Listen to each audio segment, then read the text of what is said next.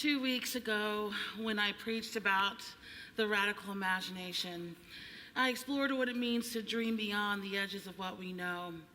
I also described the Freedom Land as a product of the radical imagination, as something that we build together. Now that was a focus on the what. Today I want to focus on the how. How do we craft that freedom land that isn't necessarily a location or a destination, but an active, organic project that we create with every breath and every decision and every choice and every relationship? I had shared Adrienne Marie Brown's concept that all organizing is science fiction. And by this she meant that all acts of building the world we want to create comes first from the imagining and the visioning of that world, the willingness to dream beyond the edges of what we currently know to be possible. About a month ago, sitting in a cafe, I engaged in my very first official relational one-to-one meeting with Cynthia Marshall from the Industrial Areas Foundation.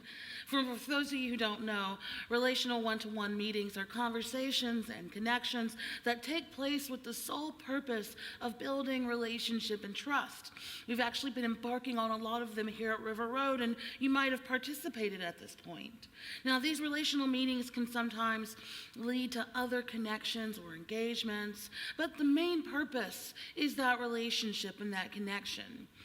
And so as we sat there connecting around vision and vocation and purpose, intentionally bonding with each other, I found myself increasingly enraptured with this organizing model concept and its similarities to social work, which is my profession of origin. This concept of enacting tangible and manageable change through building relationships first and foremost. And just like that, I had my next topic for my sermon, the power of organizing. Nothing too lofty, right? Simple, something you can just whip up in a day. Well, that's wrong, turns out, because all organizing is science fiction. We're organizing a world in which we haven't lived. And organizing means organizing people who historically and currently don't hold the power that tends to shape our existence and experience in our material world.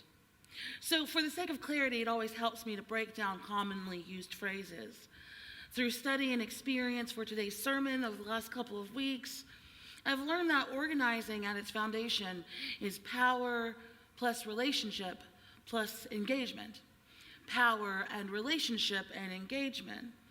Rather, it is building power through relationship and engaging that power to create change. But the stealth component of organizing, I found, what lies beneath it is rootedness. Feeling rooted in our power, rooted in our communities, and rooted with one another. I graduated with my undergraduate degree in December of 2008. That's right, smack dab in the heart of the financial crisis. And although I didn't own a house or stock and I wasn't even thinking about retirement funds or any of that, I didn't really feel directly impacted.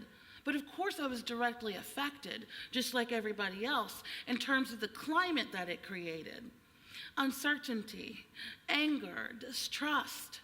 In fact, at 34 years old, currently, as one of the oldest millennials who turned 14 at the turn of the millennium, who came of age during the age of Columbine and school shootings, seeing people like me getting shot in halls that I walk through every day, as a person who got their driver's license on 9/11/2001 because nothing was going to stop me, and as someone who stepped into independent adulthood in 2008 to a world facing the immediate effects of unmitigated greed, my entire development has been marked by a series of disenfranchisement, of disconnection, of suspiciousness, of distrust in the systems that we were told were there to protect us, the systems that we believed in. And that's not just the experience of folks my age, but the experience of so many of us. But the disenfranchisement that comes from being unable to trust in the institutions that we build or that build the society that we live in, or from being excluded from and yet somehow dependent upon the very institutions that you cannot trust, not being able to participate in what we intuitively know to be the natural order of interdependence and connection and mutual thriving, feeling sucked dry from a world where you have less and less agency. That kind of disenfranchisement can be a powerful vehicle for change. Because it's not disenfranchisement that's the enemy of something like community organizing. It's the overwhelming cultural ethic of individualism. And individualism is not merely a byproduct of modern life. It's a developed and strategic campaign designed by power and capital structures. And it's been in motion for many, many years and decades in a multitude of ways. And the idea of individualism has become so attached to modern life that the very concept of belonging to a community outside of one's work or labor has become ever more scarce. It's become almost an afterthought, devalued and diminished. The very idea of actively engaging in a civic life has nearly become a thing of the past. Now, who's to blame there? Who do we wag our finger at? Do we point at a certain generation, any generation, and say it's your fault? Do we turn to the civic organizations and institutions with all their dues and participation requirements? Do we blame each other for being too apathetic? Or do we turn that blame into shame on ourselves for being too tired, tapped out financially, for having limited time and resources to give? All too often we do all of the above, but I think we all know it's not that simple. Instead, I would pose the question, what happens when we live in a highly managed society that is not managed by any of us? When we don't have control over the resources that come our way? When we have no collective bargaining power for better wages, when needs like childcare arise, or healthcare, or education, and those are considered entitlements, something that you have to purchase? It's pretty hard to be civically engaged when you're drowning in long work hours, or manageable health conditions that you can't get treated, or when you can't afford childcare, or especially when those very civic institutions themselves are disappearing. It's hard to join the Parent-Teacher Association when there isn't one at your child's school. It's hard to negotiate a contract with health care and livable wages when you don't have any backing or support in doing that. And it's hard to shape a community by joining a homeowners association if you can't afford a home. In her book, Diminished Democracy, From Membership to Management in American Civil Life, Theda Skocpol writes, Americans joined and led volunteer associations not merely to interact with friends and neighbors and solve local problems, but also so as to reach out to fellow citizens of a vast republic and build the organizational capacity to shape national culture and politics. In her book, she also describes civic institutions as not only service or social action organizations, but also things like bowling leagues, choral societies, even regular community outings like picnics. So in short, it doesn't have to be a one-to-one correlation of organization and cause, but the very act of gathering to create intentional community generated interest and a sense of responsibility and a connection to the people who share community with you. Now, I feel I'd be remiss if I didn't name a very hard truth, which is that in the glory heydays of American civic engagement, many of those associations and organizations and professional groups excluded people of color, immigrants, people who are openly non-heterosexual. And I have to say this only because one of the main components of community organizing is a power analysis. to examine who's not at the table, who's not in the room, who's not shaping, and who's not represented. And it goes without saying, but of course I'm going to say it, if our goal is to build true grassroots people power in our communities and shape a society that works for all of us, it's got to include all of us. All of us. And no, that is not science fiction. That is actually fact. We don't get to be the experts in what somebody else needs. We are each other's keeper, but we are not one another's savior. Racism, privilege, classism, homophobia, transphobia, xenophobia, those are all tools of individualism. These all build the idea that we're somehow separate, that we're in this for ourselves and our need and our for and no more, because it plays on our fear that there's not enough. And if you somehow get your needs, I don't get mine. And those same tools are the tools that are breaking down civic engagement. And those same tools were the tools that kept so many of us out of civic engagement for so many years.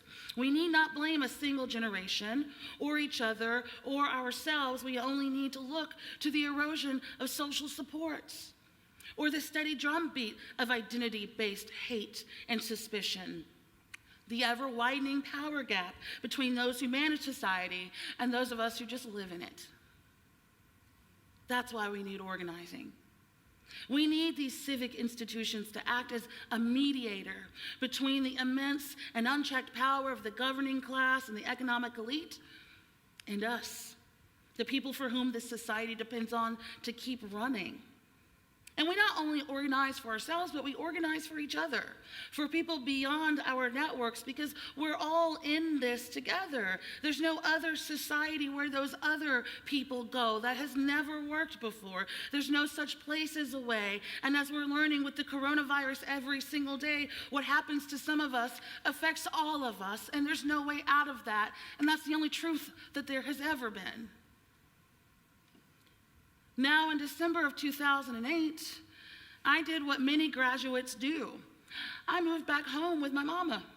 And like many recent grads, I was worried about doing that, moving back to my hometown, which I do actually genuinely love, but when you've experienced this mind-opening, consciousness-raising time of the earliest steps of adulthood and college environments, it kind of feels anticlimactic to go back.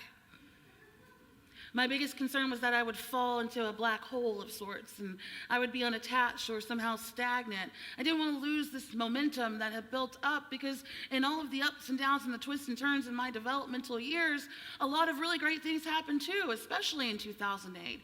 Witnessed a campaign full of hope, a campaign that was won, and people were dancing in the streets in 2008 when I was in college. We had just experienced that too. And I didn't want to lose that momentum, and I didn't want to be separate from this environment of learning and of growing, but I moved back home nonetheless. So finding a job wasn't really going to be a problem for me. I wasn't really worried about that. It was more finding my place. And I decided that I wanted to be involved in my community as an adult in this new kind of way that I wasn't when I was younger, when I was a teenager, when I was a kid. Now, I still wanted to be my young and wild and free, fabulous, early 20-something-year-old self, but I wanted to be rooted in something bigger than me, so I joined up. I joined our Civic Music Association to sing with the choir. I began making a variety of professional contacts in and around our town, mostly through my job, but also adjacent fields. And I also joined the Oak Ridge Unitarian Universalist Church. Now, I couldn't articulate anything that I'm saying now. It wasn't for any of the reasons that I'm preaching about today. It's just that I missed church. I grew up in church, as many of you know, but having rejected that theology as an adult, I was also left without a community, and I knew that I needed one.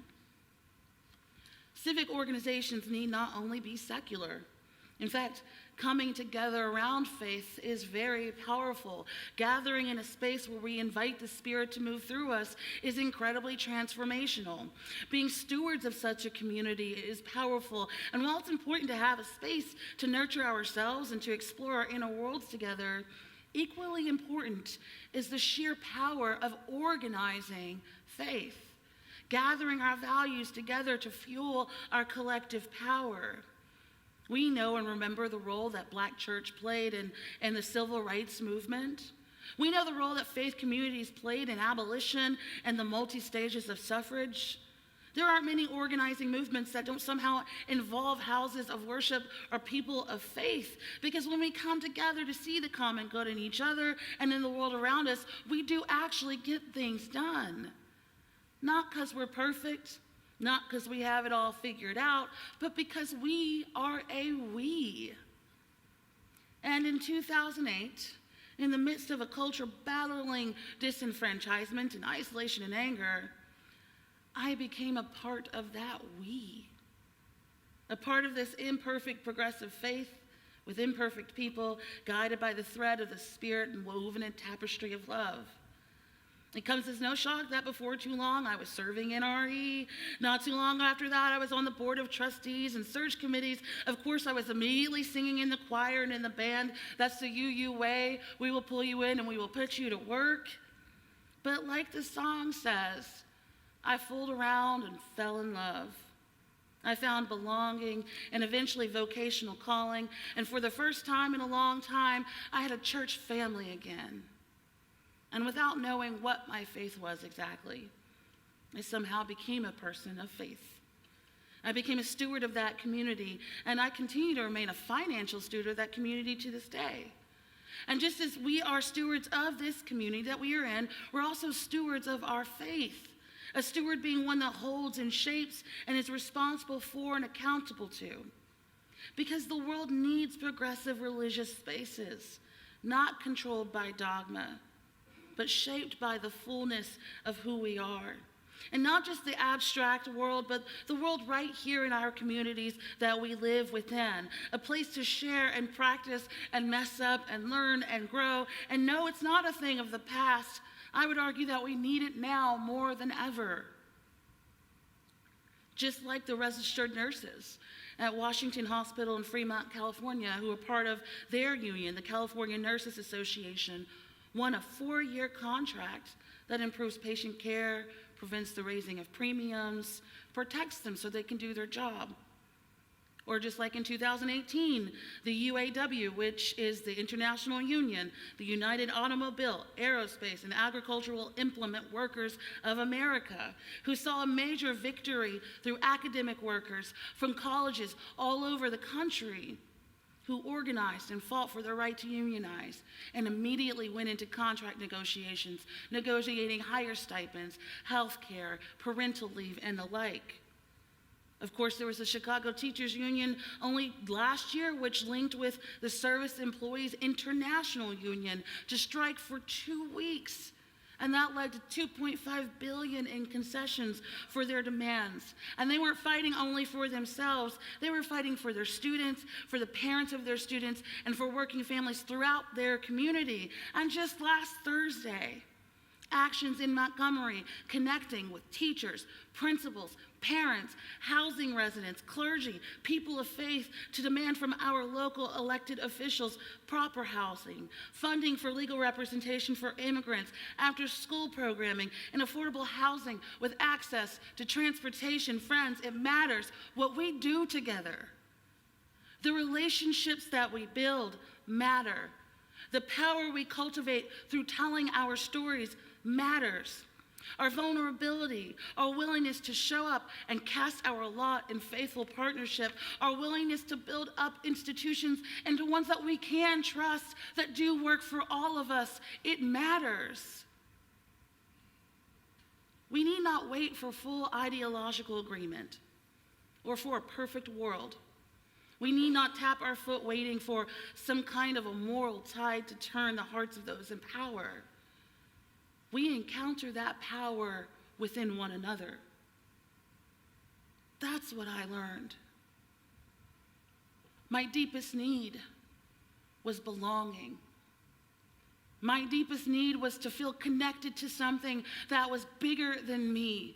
Not just because I was in the cultural context of the 2008, but because I am a flesh and blood human being that has been battling a culture that tells us that we need to remain separate.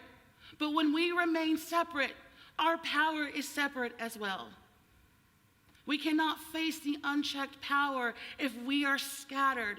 That's what I learned. It doesn't have so much to do with ideology. It doesn't have so much to do with belief. It has to do with us, choosing to connect. Not only to dream beyond the edges of what's possible, but to actually build that road to beyond together, to encounter that freedom land within each other. For not only is it our civic duty, but it is our sacred right. May it always be so. Blessed be.